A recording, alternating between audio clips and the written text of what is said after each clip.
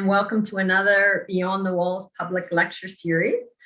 These events are organized by the Faculty of Social Science and Humanities at Ontario Tech University in collaboration with Oshawa Public Libraries. My name is Jennifer Gardner, and I am the Manager of Community Engagement and Programs at Oshawa Public Libraries. And together with my colleagues, Andrea Braithwaite, Jennifer Clark, and Karen Douglas, it is my pleasure to welcome you. Before we move on, I'd like to start with a land acknowledgement. The land we are standing on today is the traditional territory of the Mississaugas of Scugog Island First Nation and is now home to many diverse First Nations, Inuit, and Métis peoples. We acknowledge that Oshawa is covered under the Williams Treaties, and as a settler on these lands, we are all treaty people.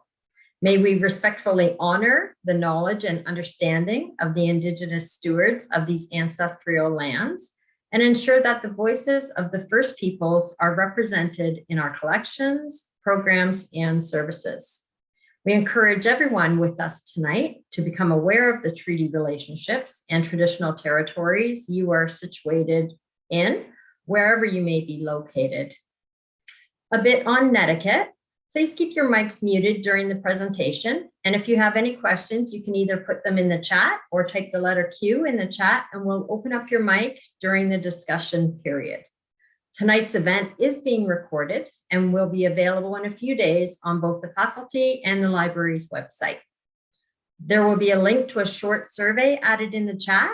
We encourage you to fill it out and provide us with any feedback on tonight's discussion or on any topics you would like to see in the future. Again, thank you for joining us this evening. Now I'm going to turn it over to my colleague, Andrea, for our guest's introduction. Hi, folks. Thanks so much for joining us. And please join me this evening in welcoming our speaker, Dr. Hannah Scott. Dr. Scott's a professor of criminology in the Faculty of Social Science and Humanities, and she's also one of Ontario Tech's founding faculty members. Her expertise has landed her spots on Canadian and international initiatives that address issues of community safety, and she's also the founding director of Ontario Tech's Centre for Evaluation and Survey Research, or CSER. Her current research, part of which she is sharing with us this evening, looks at workplace bullying. So without further ado, I'd like to turn it over to Dr. Scott. Hey everyone, just going to have a brief 20-minute talk here explaining some of the research that I'm doing and hopefully help a few people. Today, I'm going to talk to you a little bit about the power and control wheel. It's something that I developed going on 4 years ago now, and I've written in 2018. I started talking about it, and more recently, I did a massive survey to sort of test the validity of it to see if I was actually right. Short answer, yes. And so what we're going to do is talk a little bit about workplace bullying, and I hope for a couple of things to come out of this. One is that if you are being bullied at work, for example, that this is a tool that can actually help you tell your story. If you're an employer, it might be a great way to do some stuff around education around this.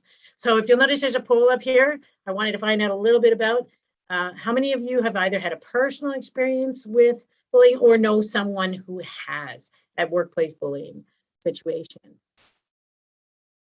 Okay, so basically most people are not in the no category, and that's not unusual. When I do this in my class, I actually teach a large class. So when I usually have a large class, this is one of the things that we can see. So let's make a few distinctions first. Let's talk about harassment versus bullying. So if you have an employer like mine, for those of you who know someone who has been bullied and you've tried to help them negotiate through this passage, or if you're an employer, you're worried about your place of employment, a lot of employers like harassment, including my own university. They like the word harassment. The government has actually mandated that we come up with harassment policies. And I have lobbied very hard to actually get the word bullying put in there. And the reason why is because harassment has such a high legal bar. It is a term that they borrow from law. It is something that needs evidence. It has an evidentiary bar, so you need to have paper trails and evidence of physical injury or sexual assault or harassment. You have to have witnesses. And anybody who's known who's been bullied, you know that sometimes we're all in the, asking other people in the same toxic environment to stand up for you and say that you were bullied could be very threatening. Where it does work, by the way, if we learn from school place bullying, is that when everybody in the workplace stands up and says that's no to bullying, that actually works. But that usually takes a lot of courage and organization. So the chart I have here is that I put the bullying over the harassment. So the bullying is the umbrella term, and harassment is one kind of bullying. It is the kind that is most obvious. But bullying includes both overt kind of actions, those things that you would see in harassment, those email trails, the obvious cases of like taking away your pay and things like that, but also those more covert actions that you experience every day that sort of make you feel unstable and sort of unbalanced. So this slide is what we're going to talk about. It's basically this wheel that we're going to talk about. We're going to go around the spokes in this sort of counterclockwise action, and we're going to explain what the wheel is. There is a link here on these slides, and I can certainly supply it at the end of the talk while we're having a Q&A. But this is basically based on a project that I started a long time ago, well, I guess 5 years ago now. So I read this story about Pence and Paymore's power control wheel. So for those of you who are familiar with the victim sort of movement, the power control wheel is a wheel that's given to women who have suffered intimate partner violence in shelters. It helps them tell their story and name the abuse that they've experienced. There's a beautiful story to this, though. The story is that the people in Duluth, Minnesota, who developed this wheel had an opportunity before women were going to court in the 80s and early 90s and said, what is it that you want judges and court officials to know about your intimate partner violence experience? And they were saying, and it sounds weird, but it's not necessarily about the punching or the hitting or any of those kinds of things. Those things I can almost take. It's the day to day bullying, or what they're calling abuse every day, right? The name calling, the constant questioning of what they were doing and when they were doing it, the controlling of money, the isolating from people, all of these different things that they said was the thing that wore them down. And so what the workplace, or what the intimate partner violence control wheel actually helped them go around the wheel and identify what the tactics that their bully was using. What I did was I took this and I turned it into a workplace bully project. And I identified those same abusive tactics that happen inside a private setting, like an intimate partner violence setting, and took them out into what we call a semi-private setting. So in the workplace situation, to see if that holds up. I was just testing this model. So I created a new wheel. And so I put it out as a pilot study in 2018. I was crossing my fingers for 50 respondents, and almost 2,500 people entered the survey. It went to Germany, the UK, France, the United States, every province and territory in this country. And I had to shut it down because I'm one person and I have no staff and nobody to help me. So I had to actually stop the survey. However, 1,182 people actually completed the survey, which took, in some cases, almost an hour and a half to complete. Again, not a survey that most people would complete. So this suggests that this model has a lot of validity. And so that's what we're going to be sharing with you today. So let's start with the first spoke of the wheel. This is intimidation. So in intimidation, I think we all understand what this is. The idea that you can make people feel uncomfortable, but this is part of those covert tactics that your employer may use. For example, we understand in intimate partner violence that you can control somebody by just staring at them from across the room. Control is a very intimate relationship between two people. It doesn't necessarily have to be in sort of a matrimonial way or in an intimate partner relationship. But your employer can use a word that only you might understand to get you to do something that you don't necessarily want to do. They may come into your office and bang things on the table that other people don't see because maybe the office door gets closed. So other people won't see these actions of intimidation. So the idea of looks is sort of, when you're thinking about documenting your own bullying experience or your bullying experience of your coworkers, this is almost impossible. The next is using emotional abuse. And I think we all most of this understand this when your employer calls you names, when they're putting you down, putting down your work efforts, making you think you're crazy. Excuse me. So the idea here is, to keeping you off balance is something that an abusive employer likes to do. Most people, one of the things that they complain about while they're being bullied is that they feel like the environment is very unpredictable. They don't understand what's going on. So the idea of crazy making becomes really sort of salient to them. People suffer from a lot of anxiety, for example, when they're bullied. They throw up. Going to work becomes a really hard thing to do. And they're not, when they say, well, what is your boss doing? The idea is, I know that when I go in every day, I can't stand being there.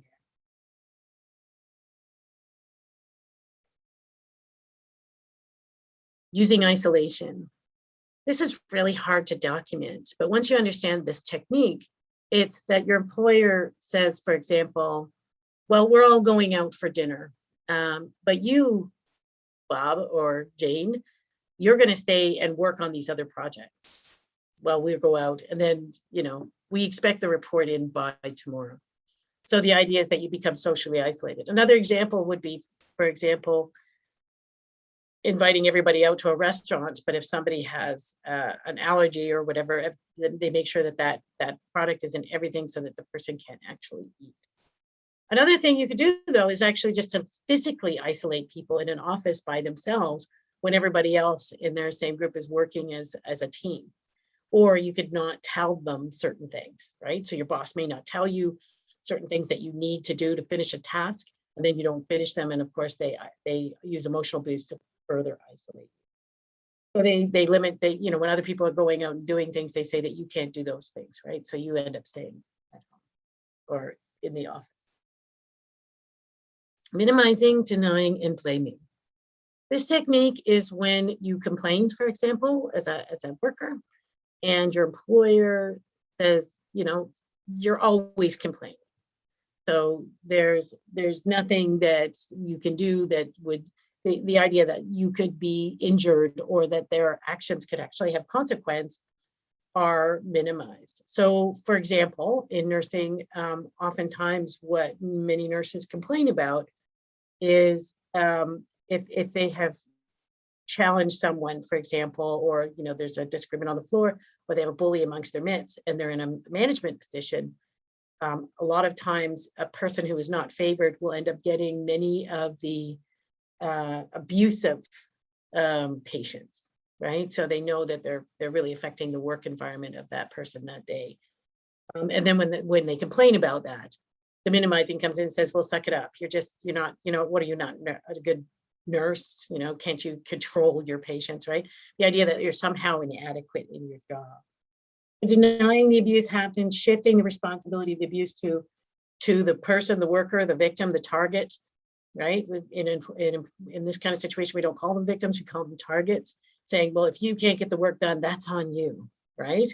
And that becomes a bit of a challenge. Using coworkers. So as we're moving around this counterclockwise, or this bike wheel, we're going from techniques that are a little more covert to more overt. So using coworkers is one of these things. It's also called, one of the techniques that employers can use is mobbing. So what they'll do is, for example, if you're being bullied by another person in your office or some other people on staff, and you let your employer know, or your manager saying, I'm being bullied, and they do nothing. What they've done essentially is weaponized coworkers against each other or against one individual. This is a bit of a challenge because oftentimes coworkers don't understand that they've been weaponized. So it leads to coworker upon coworker complaint. And of course, the manager doesn't even come into the picture. The reality is we have to rightly identify that by the management and the employer not doing anything, they're allowing and saying it's okay to bully this individual, right? They absolve themselves and let other people do the dirty work for them. But you can also use coworkers in other ways to say, well, you know, if your coworkers, if you can't get it done, then all of you are not going to get the bonus if you can't get it. Or using coworkers to relay messages from the employer. So essentially it's changing the pecking order. So the manager will say, go tell Joan over there to hand that report in the next hour, right? And you're not Joan's employer, right? That's your boss's job. But what they do is they establish that Joan is lower in the pecking order than everybody, even though everybody gets paid the same for that. Using employer privilege. This is where your employer can change your conditions of work quite readily. And again, the object of this, and we'll understand under power control, is to keep the worker off balance, constantly wondering what's going to happen. So using employer privileges is treating workers like servants, right? So we see people who are paid to do one job and the boss says, go pick up my dry cleaning or go get me a cup of tea. And if that's not in your job description, say you're a welder, that sort of sends a different kind of message, right? Making decisions without actually talking to employers about their own working conditions. Now, you know, employers make those kind of decisions all the time, but when they adversely affect individuals especially, that can become a problem. And for example, making jobs impossible to do. So you give someone a good tactic for an employer to use is to give you an assignment that would normally take 3 days to complete, and then ask it for first thing in the morning the next day. And so of course that means you're working overtime, you're getting it done, and then of course they minimize and deny your efforts by saying, well, I'm glad you ever did that, now do something else even harder. So these tactics can be used in tandem, they can be used in combination with one another, and they certainly reinforce each other. Remember, this is a wheel and these are spokes. This all holds up the support system of the person who's seeking power and control in the workplace. Economic abuse, really easy to track now, right? Most of the time. So techniques like this are, for example, not paying someone until the work is done to their satisfaction. Or, you know, refusing to pay someone, saying it's not good enough, but not actually giving any feedback as to what would be needed to make necessary changes. The standard threatening to terminate you. If you don't do this, you can get this job, or no one else, you can't work anywhere else. So if you're going to lose your job, right? So you better do what I say, right? This is popular with employers who are like the only game in town for that particular skill set, or sometimes really just the only game in town, right?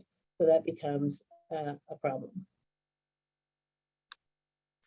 And then the top of this wheel, coming back up the top, is the more overt kind of action, using coercion and threats. These are the kinds of things. I've done a recent study that showed that men really talk about more of these last two wheels, parts of the wheel, whereas women tend to talk about most of the other spokes of the wheel. And if you're interested in that, please ask. So coercion and threats are these kinds of things where your boss will openly yell at you. There might be witnesses. They may do it in an email. There may be an email trail. If they're yelling, they're raising their voices in a lot of in these cases using threats.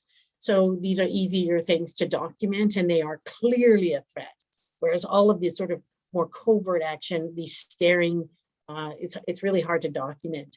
But when you use this together, it becomes a pattern of behavior. And certainly if you're trying to document your workplace bullying experience, this wheel becomes very helpful in telling your story because it helps you name what the issue is.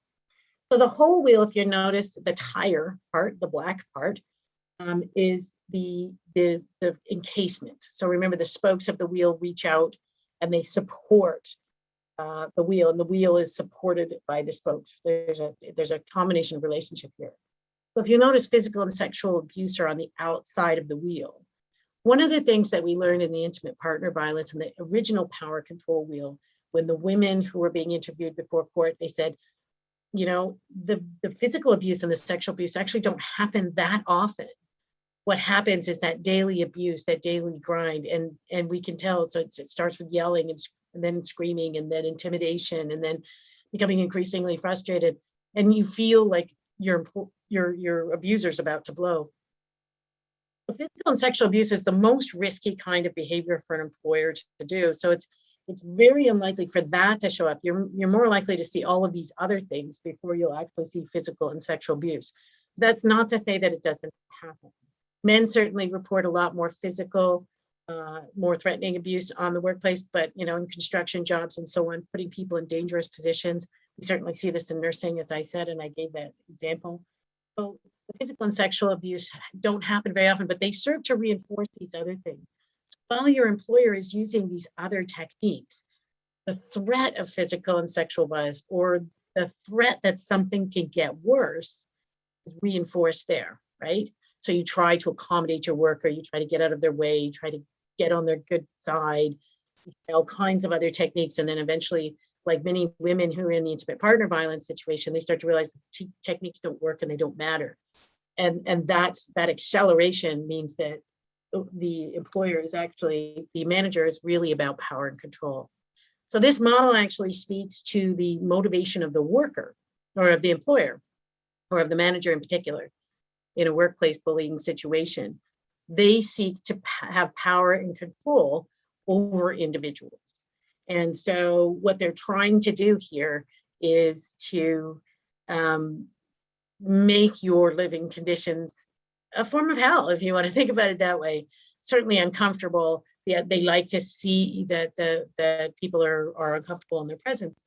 And they seek to make sure that every action that you have is controlled by them. And certainly when you talk to people who have been workplace bullied, they say, that they don't understand what their worker is going to do. So a good example for that I could give you is a quick story. One worker said that their boss would, they would say good morning to their boss every morning, and their boss would say nothing to them. And sometimes, sometimes in front of the staff, the boss would say nothing. So worker would come in every morning, say good morning, boss. And if it was in front of this receptionist, the boss would say nothing. And, look over the receptionist and go, oh, okay, maybe having a bad day. So after getting a hold of the power control, it was kind of interesting. They said good morning. They kept saying good morning. And one day, the boss, they said good morning. They were actually with a coworker. They're walking down the street getting coffee.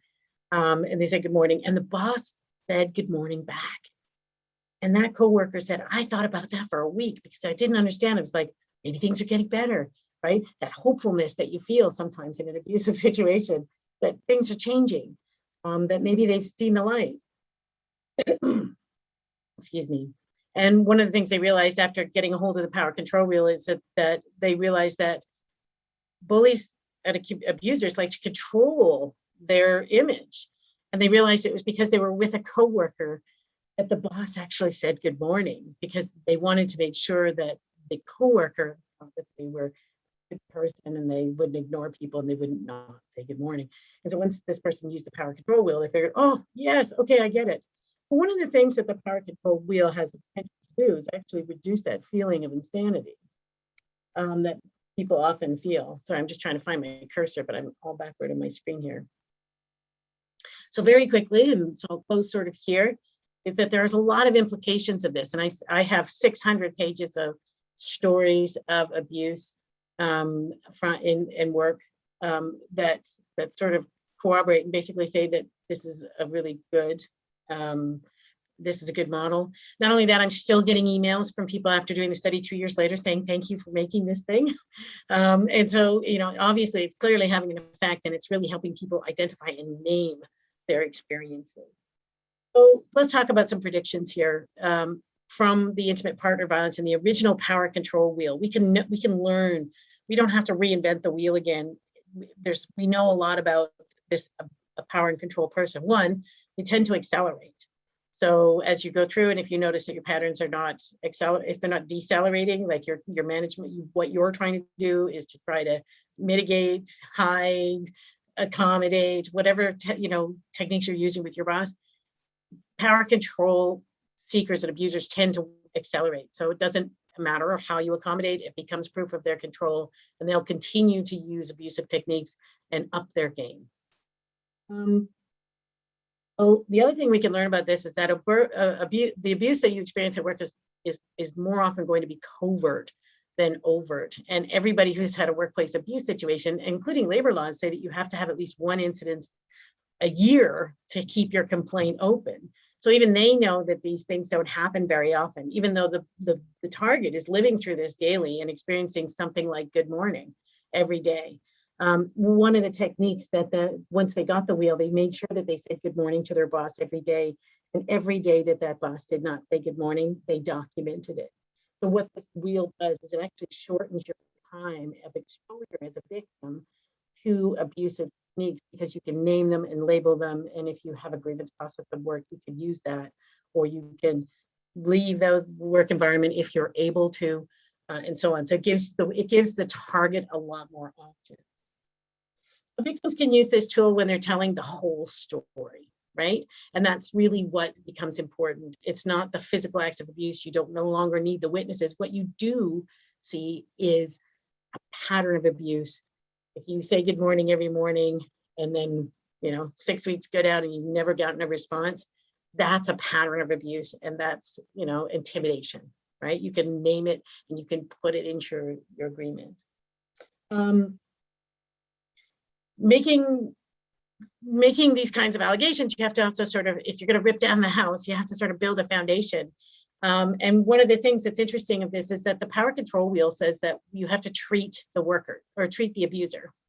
And so in the case of intimate partner violence, they actually have basically an abuse. You go to counseling, right? For those of you familiar with domestic violence incidents and what they do, sometimes people are mandated to counseling. We can't do that necessarily in the workplace, because bullying is actually a leadership style. They call it different things and they give it different names, but it's a very aggressive leadership style that is actually promoted and coveted by some businesses. So this is not necessarily something that are shunned upon.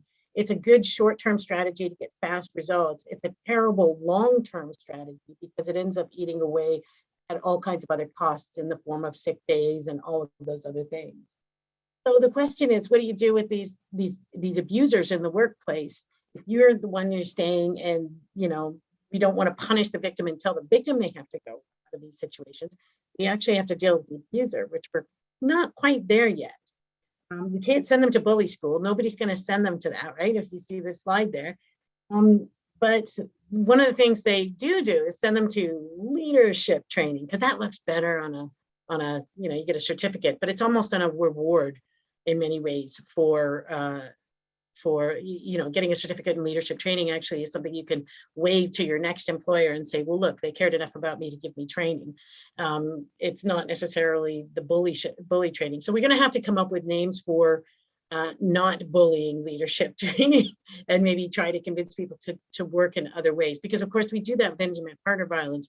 We show them that certain techniques are abusive, and then they try to implement change inside the individual about trying to meet whatever goals that they're trying to meet in egalitarian, respectful, partnership kind of ways, using equity and ideas of equity and equality. So changing their leadership style from bullying to something else. And there are 100 ways to lead a company or a school or a university. So trying to move society away from those bully tactics and make them unfavorable, and moving them into something that's a lot more respectful. It's a bit of a long-term goal, but it sort of suggests what this, what the original model suggested. And so we're going to be exploring that as we go through these 600 pages of interviews. So thank you for being very interested in this project. I'm very passionate about it, obviously you can tell. And so if this is your time now, you're sharing this time with me, and I'm very excited that you wanted to spend time with this project. So now I'm just going to turn it over to you, and thank you for your time.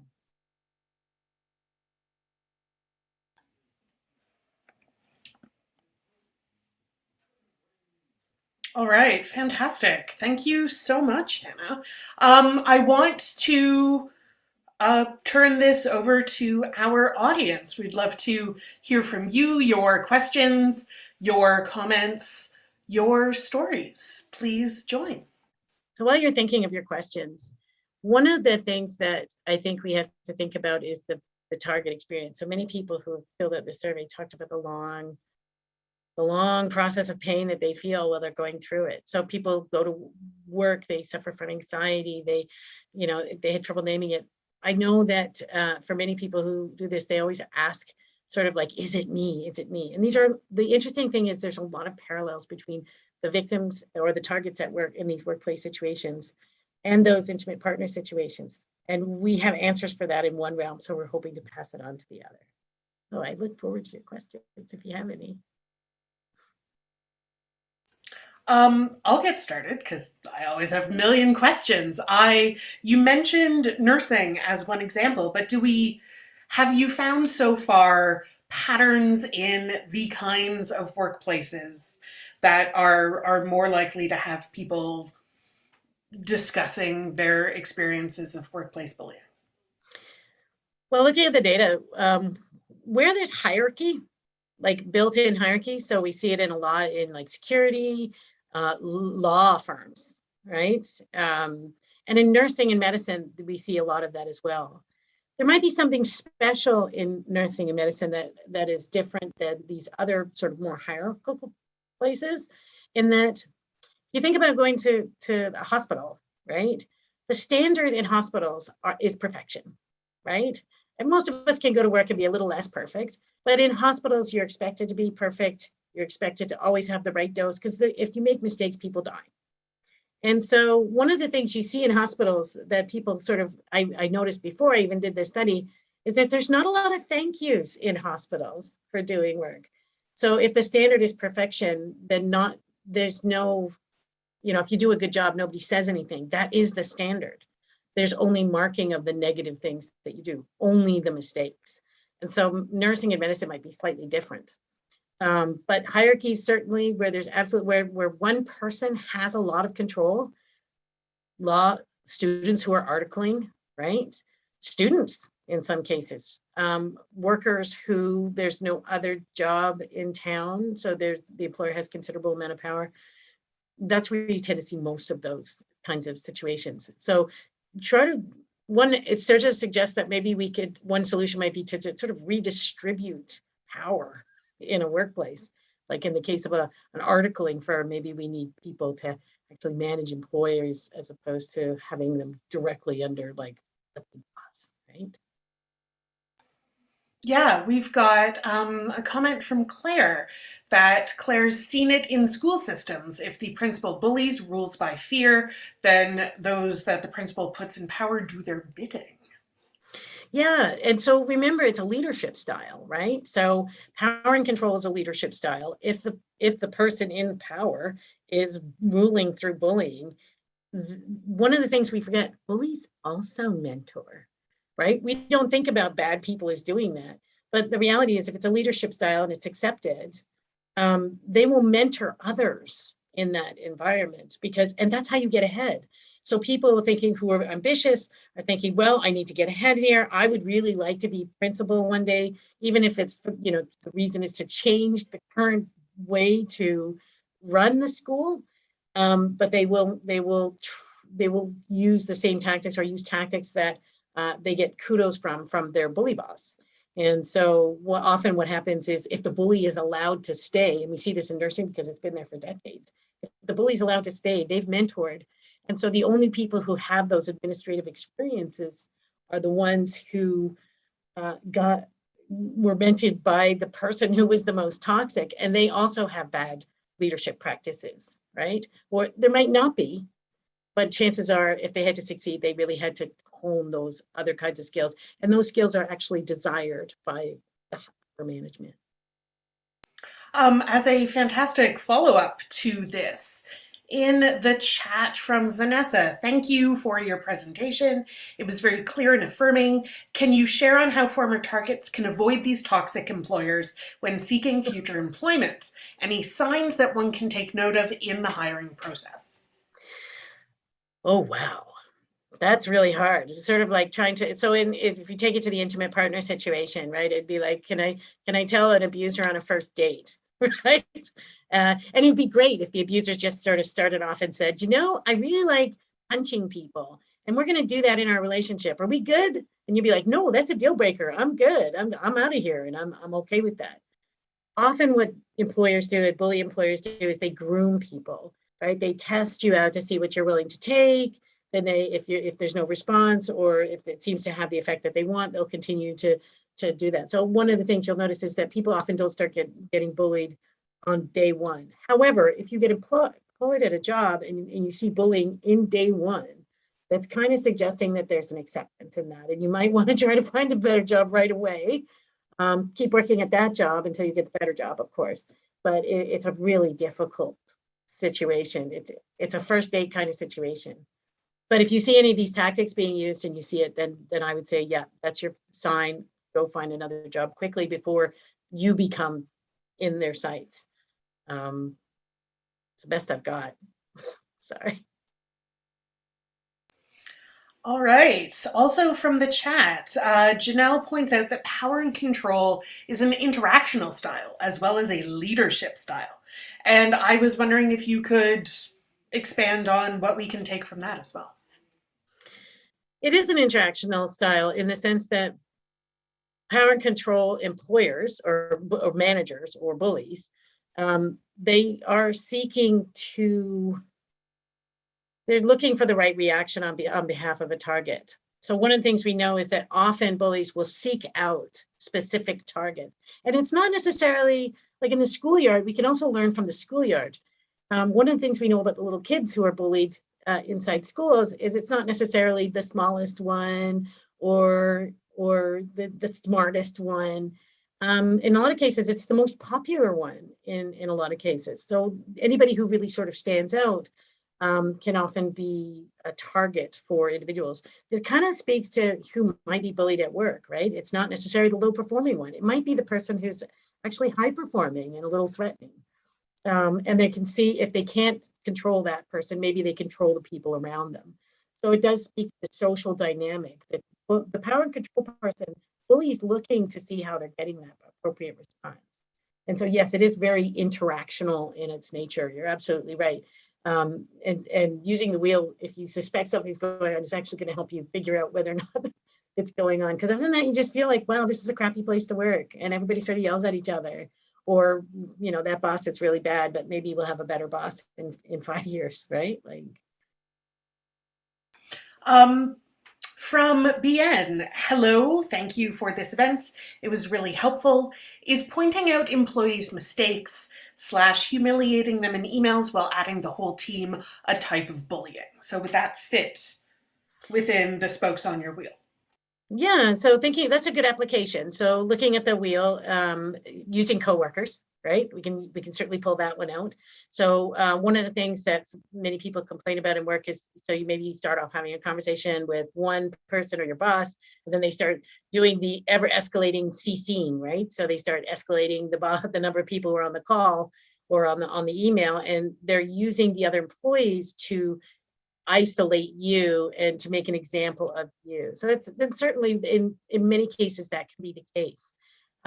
So it is an interactional experience. So that humiliation, remember, email is also two-dimensional, a form of communication.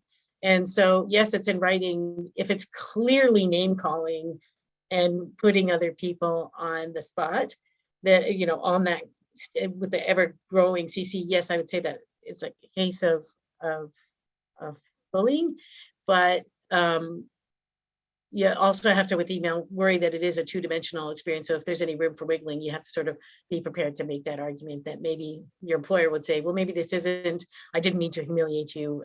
Email's a poor form of communication. So you have to, again, show, that's one example, but you might want to show some other things if you think you're being bullied, to show that longer pattern of behavior. From Lynn. Is the only way to get away from a bully boss to leave the company? I've been with the company for about 4 years. Each month I end up working an extra 40 hours. I work in a marketing department. My boss often takes credit for my work. It's been hard. So first, let me say I'm sorry you're having that experience. That sounds awful. I just was working on a project called "Why Don't You Leave?" Right, and so that's in IPV, intimate partner violence. We know that when women were saying, "I'm being abused and I can't get," they'd say, "Well, why don't you just leave that person?" And you'd say, "Well, it's not that easy. You know, we have kids, or there's financial considerations, or you know, if you've been being name called for 10 years, you don't feel like you have the power if you've been told you're never good enough." And so there are a number of options. So we're not really clear on how to deal with. There's a number of programs that are available. There's empowerment programs. Certainly, I would say if you want to stay at this job, continue to try to stay at this job. But there are different models from the schoolyard and from other places that we can learn. So for example, where people come together. I've heard some cases like, so I'm starting to go through the what did you do part of the data set. And it seems that where people came together in the workplace and sort of all collectively pointed the finger at the boss and said, you have to stop. That actually works with employers when everybody comes together and says, it is this one person. When more employees agree than disagree, maybe that might help. Certainly trying to find another job is a good option. Certainly trying to accommodate the boss. Hopefully somebody else notices what's going on. And if you can weather it for 5 years, maybe they'll find another job and get the golden handshake. Unfortunately, bullies often get promoted outside if they're asked to leave. Nobody wants to really deal with them or just fire them because they worried about being sued. So they give them the golden handshake to another company, makes them somebody else's problem. You may have gotten the bully that way. All right, our next question. Is there any safe or recommended way for a worker to let their employer know that they are using a bullying style? I'm just thinking in the case that the employer might not know or realize what effect they're having on employees, or does the employer know that they are doing this usually? That's a difficult question. The short answer is I have no idea. Because I don't know your boss and I don't know your situation. There are certainly a number of programs that would maybe help the boss to have a better management style. Pointing out to a boss that they're a bully, it doesn't go over well. We certainly know that in intimate partner violence situations, when the victim says you're being abusive, that seems to aggravate them because you're calling them name and you're challenging them. And if they really are about power and control, the model predicts that challenging them in that way is probably not going to go over well. So the power and control wheel recommends that you exit the situation if possible or neutralize it in some way. And so you can try to identify that, but you're trying to help someone who is potentially holding a lot of, there's a very different power dynamic, right? If as you as the employee and your manager has say over there, you might start getting poor performance evaluations, right? And then that affects your ability to get other jobs should you want to leave. So it is a definitely difficult situation. The best that I've heard of, and we're still trying to figure this out, is really just getting other people on side so that you work collectively, right? And we learned that from the schoolyard too, that works, right? When all of the kids say, no, buddy over there is a bully, then the teacher actually pays attention, right? And they know that they have a problem. And so my best recommendation is to maybe see if you can find other people who would come together with you with that. But these studies also show that that's also difficult because they all have to work there, right? And they have to stay for their own reasons. And so it becomes difficult. So I have no answer for you, except maybe find a good support group, maybe find a job, maybe find other people who will stand beside you in those allegations. That is a really great lead-in to our next question from Robin, who is wondering, what are the methods, procedures when dealing with workplace bullying? For example, if you're on fire, you stop, drop, and roll. What happens if you escalate the issue to the owners and they brush it off? What if the perpetrators are the owners? How can we hold these bullies accountable in order to keep ourselves and others safe? That's a big problem. if it's the owner of the company, then you really do have a serious challenge, because of course, there's nothing in private business practice that says that they don't have to do that unless they're doing something criminal. So the good news is the harassment legislation, the policies that the companies who have more than 25 people have made, do at least outline some aspects of violence in the workplace. They do have some accountability. They at least use the word harassment, which is again that sort of the left side of the wheel, which is that more overt stuff where you can show your pay stubs, you can show your varying pay, you can hopefully find witnesses, have that email trail. But we can't really hold them accountable at this point. We're kind of in the 70s where we were with the workplace bully wheel when it was created, or with the intimate partner violence wheel when it was created, and the power control wheel. We didn't trust victims. We didn't believe victims at the time. We didn't know what programs to give for the offenders. Certainly, for a couple of decades, we were seeing very minor sentences. I remember a famous case in 1991. It was presided over by in Newfoundland by he eventually became Prime Minister, Danny Williams. But in 1991, a woman was beaten within an inch of her life, and the perpetrator was taken to jail. He was actually charged, but he was given a fine by the judge of $200. And he turned around to his wife and said, "At $200 a rib, I can afford to break a few more." So that really sort of spoke to our views about violence against women. And we're kind of there with violence against workers or these kinds of abusive actions. We're not sure that there's a problem. We don't know how to deal with it. We don't have any programs for it. We all are starting to understand. We're in the awareness phase, right? We're starting to understand that there's a problem, but we need to actually start taking it a little more seriously. They're certainly doing a lot better of that in Europe, and especially Northern Europe. They are great. Switzerland, Sweden, Norway, they have all kinds of programs for this. Maybe we could look there and try to start figuring out how to do that in North America. Sorry, long answer. Those Europeans get everything right. We have a question from Jennifer Gardner. So after you, Jen. Yeah, thanks, Andrea. Hi, Hannah. Thanks so much for your presentation. I have a question. It's kind of following up on BN's comment just about, CCing people on emails. And of course, email is a very covert method of, it can be, of workplace bullying. So exclusion, like I'm thinking often there are so many examples where people are excluded from email. And do you consider that a form of workplace bullying? And it kind of relates to, we're all doing so much work on inclusion, right? DEI, and what is the intersectionality of, inclusionary principles as it relates to exclusion for email, and purposefully leaving people off of CCs and such to keep them out of the loop. Just wondering if you can comment on that. So yeah, that is a technique of isolation. So a word of caution on the wheel. The nice thing about the wheel is it actually brings a whole series of behaviors into focus so that you can show a pattern of behavior. So leaving somebody out on an email, if that's the only thing that's done, may not have a lot of sway. The beauty of the wheel, though, is if you do suspect you're being bullied, there might be a whole bunch of other things that you can at least point to that show a pattern of behavior, like consecutively being left off of emails that should have had you on them because you do thing X, and there's 3 people in the office that do thing X, and they see, the other 2 got the email and you didn't about the meeting, right? And then suddenly you don't show up at the meeting, and then they say you have poor performance.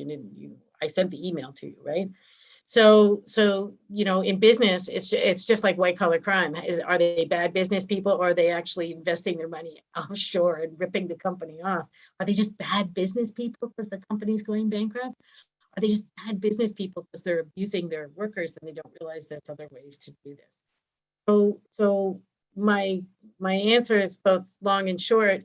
Yes, that is a technique of bullying, but it stems more effectively if you can show that there's a longer history, that it's been repeated, that there's a frequency, that there is a duration of that behavior, and that there's maybe other things that are accompanying it around that wheel. Maybe you can support it with other covert actions. For example, you're saying, well, you left me off that email, and they say, well, you're so temperamental, right? That's minimizing, denying, and blaming, and you can document that. And again, long series. Thank you. Sorry. Thanks. All right, I am headed back to our chat and a question from Greg.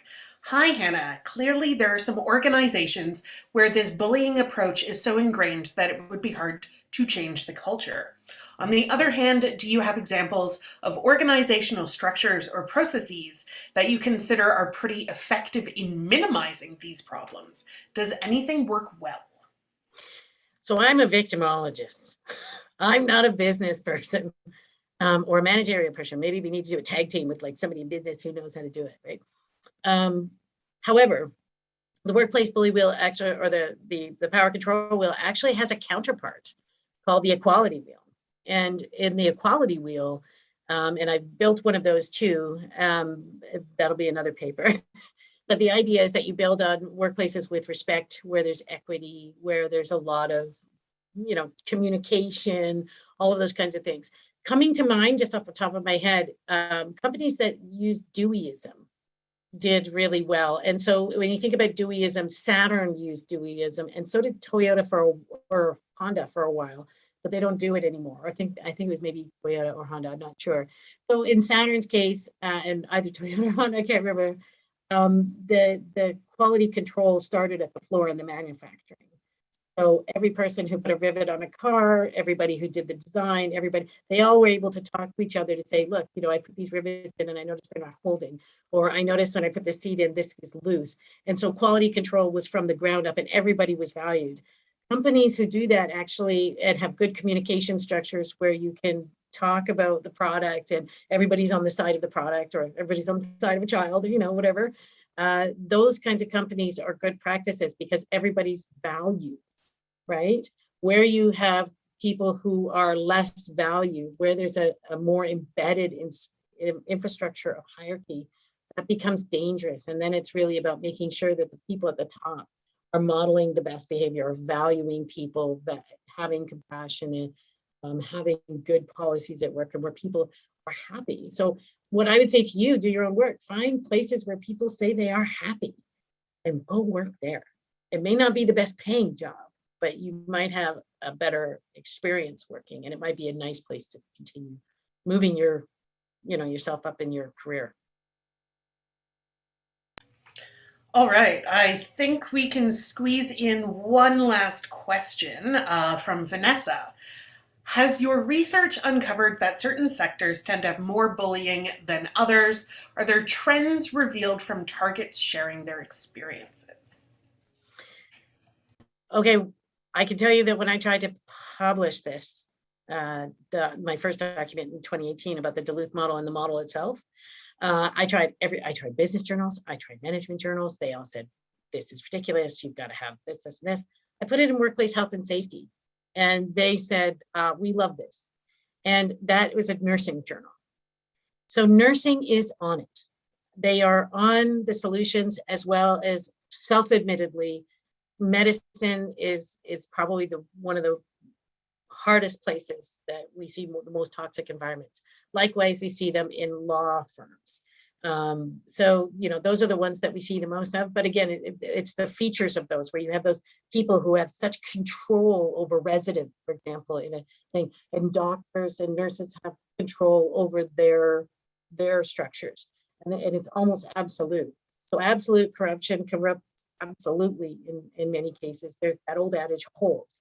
And so again, it's just ensuring that people at the top, there's a lot of good doctors, there's a lot of good nurses who have a lot of good management ideas, but they aren't winning in this battle to the top, right? The idea if you have to climb and claw your way up the top, that may be a company that sort of encourages abuse and stepping on people along the way. So I don't think it's really necessary. I think we find it in every job situation, certainly find it in retail, but it's about people feel empowered to speak about it. And I think it's an epidemic. And certainly a lot of people agree with me who've done the research in the area that something like 40% of people have had this problem. So I can't really say it's in any one place, because that would disadvantage you. You don't want to say, I know what the offender looks like, because the offender could look like, we never do know what the offender looks like, and they come out in all kinds of different ways. So on one hand, I say keep an open mind. On the other hand, nursing seems to be, and medicine seem to be the ones, but they may be just the ones talking about it the most. Oh, and if you have, I notice we're running out of time. If you have more questions, certainly email me. I have an email. You can share it. I can put it up in the links and stuff like that. And the workplace bully wheel, I wanted to make sure that I gave you a copy of it. That would be fantastic. If you want to pop it in the chat, everyone can see it. And if everybody would like to join me in thanking Dr. Scott for all of this really fantastic, insightful, helpful information. And you can also find in the chat a link to our next one in 2 weeks, where we are going to be talking about sustainability and the Great Lakes. So I encourage you to sign up for that, and we will talk about another important, slightly depressing topic in 2 weeks. All right. Thank you all so much for joining us, and have a great rest of your evening. Good night, everyone.